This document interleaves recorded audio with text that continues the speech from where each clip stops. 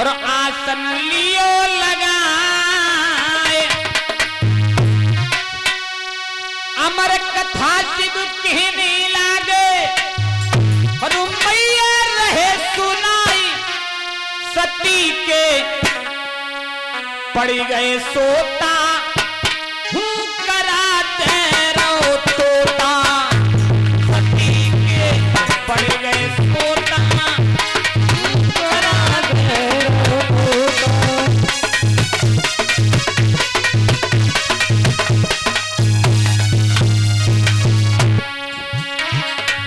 6 महीना की कथा और कथा चल पाई 3 महीना। सती मैया बीच में ही सोई गई और जैसे ही अमर कथा स्टार्ट हुई तो अंडा में से बच्चा निकल आया तोता का। वो हुंकरा देने लगा, सती मैया सो गई। ऊंचे पर्वत बाबा बैठे रहे कथा सुना। हमारी कथा प्रभु कहने लागे। सती को रहे सुनाई। सती के पड़ गए सोता कराते रहो तोता। के पड़ गए सोता कराते रहो तोता।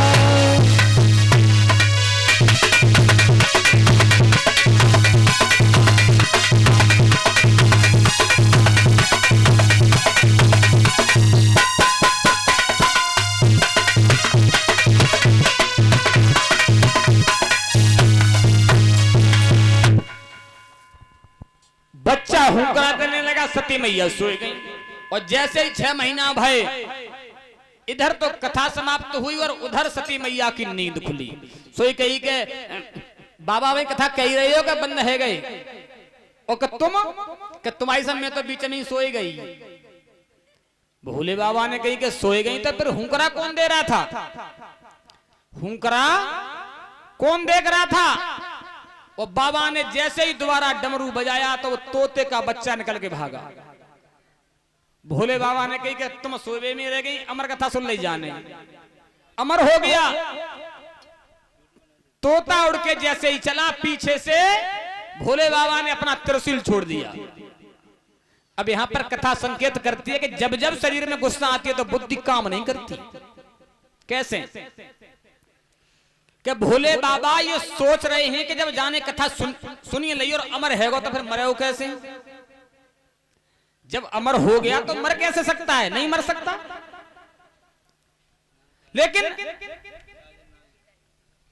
पीछे त्रिशूल लगा दिया।